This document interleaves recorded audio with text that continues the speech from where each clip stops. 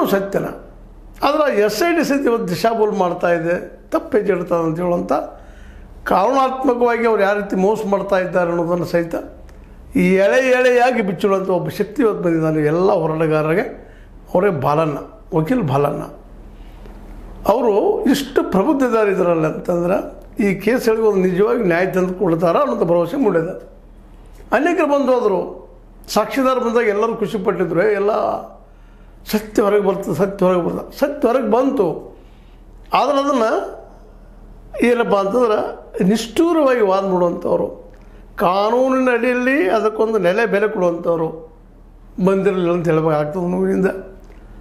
ಅದೇ ಕಾಲಕ್ಕೆ ಹೋರಾಟಗಾರರು ನಿಲ್ಲಿಸಿ ನಮ್ಮ ಸತ್ಯದ ಹೋರಾಟ ಮಾಡ್ತಿದ್ದ ಅವರು ಹೋರಾಟ ಮುಂದುವರಿಸಿದ್ದಾರೆ. ಅದಕ್ಕೂ ನಾವು ಹ್ಯಾಟ್ಸಪ್ ಹೇಳಬೇಕು ಅವರನ್ನು.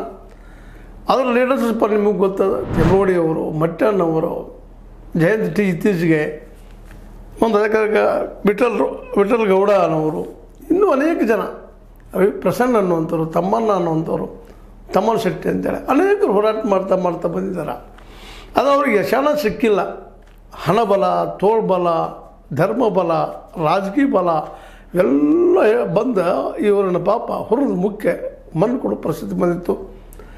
2025 ಅಡಿಯಲ್ಲಂತೂ ಇವರನ್ನು ಪೂರ್ತಿ ದಂಡಿಗೆ ಹಚ್ಚಬೇಕು ಅನ್ನುವಂಥ ದೊಡ್ಡ ಪ್ರಯತ್ನ ಮಾಡಿತ್ತು. ಕಾನೂನು ಮೂಲಕನ ಯಾವುದನ್ನು ಕಾನೂನಲ್ಲಿ ಕೇಳಿಗೆ ಹೋಗಿದ್ರು, ಕಾನೂನು ಮೂಲಕ ಹಣಿಬೇಕಂತ ಮಾಡಿದರು. ಆದರೆ ಇವತ್ತು ಅವ್ರದ್ದೆಲ್ಲ ಕಾನೂನಿನ ಪಂಡಿತರೊಬ್ಬರು ಎಳೆ ಬಿಡಿಸಿ ಅದನ್ನು ಇವತ್ತು ನಿರ್ಣಾಯಕವಾಗಿ ವಾದದ ಹಂತಕ್ಕೆ ಒಂದು ನಿರ್ಣಾಯಕ ಘಟ್ಟ ನಿಲ್ಲಿಸಿದಾರೆ ಅಂದರೂ ಅಡ್ಡಿ ಇಲ್ಲ.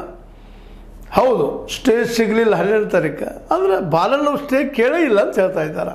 ನಾವು ಸ್ಟೇ ಕೇಳಿಲ್ಲ, ಅದು ಆರ್ಗ್ಯುಮೆಂಟ್ ಬರಲಿ, ಅವ್ರು ಏನು ಹೇಳ್ತಾರೆ ಹೇಳಿ, ಅವರು ಏನು ವರದಿ ಒಪ್ಪಿಸ್ಲಿ, ನಾ ಇದ್ದೇನಲ್ಲ ಪ್ರಶ್ನೆ ಮಾಡಲಿಕ್ಕೆ.